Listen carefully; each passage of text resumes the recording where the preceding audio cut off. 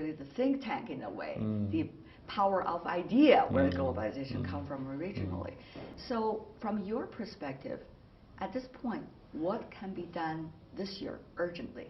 For too long, our global leaders have been focused on absolute growth or, what we call in our development index, these top-line indicators.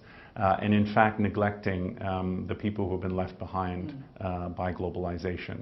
And if you look at what you call the hollowing out of the middle class, to really understand what's happening requires a different mindset, because it's not as simple as throwing up protectionist barriers and bringing jobs back home.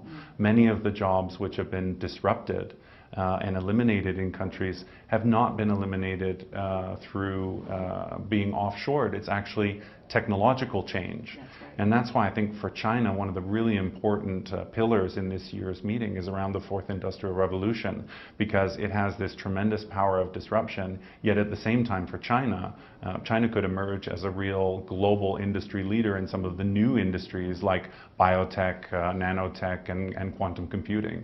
Right. So I think leaders have to be much more aware and much more attuned, and that's something that can be quite easily fixed in the short term. That's work that can be done even this week in terms of opening minds and opening hearts to what's happening in the world. And Jack Ma, for example, from Alibaba, earlier met with President-elect Donald Trump. They too were talking about creating jobs even for Americans. 1 million Jack Ma pledge. Of course, it's up to him as to how to implement it.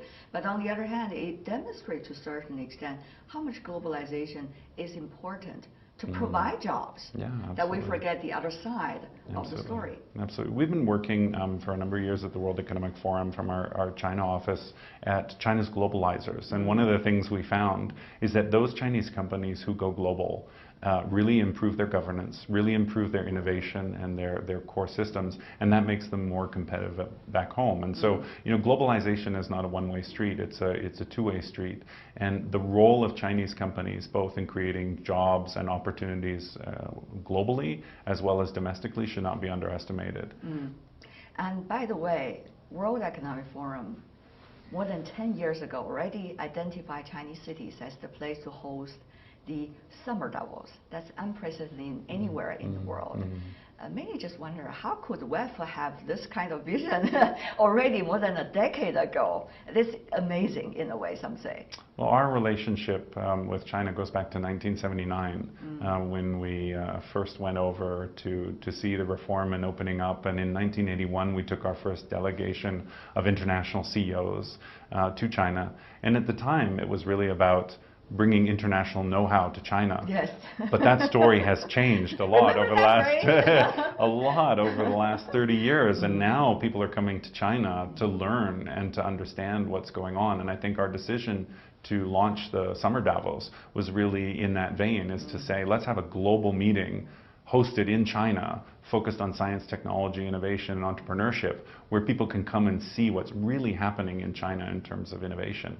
Because outside of China, most people in the West don't really see what's going on. And personally, I feel that those of us working with China need to do an even better job in terms of building bridges and communication and helping build understanding.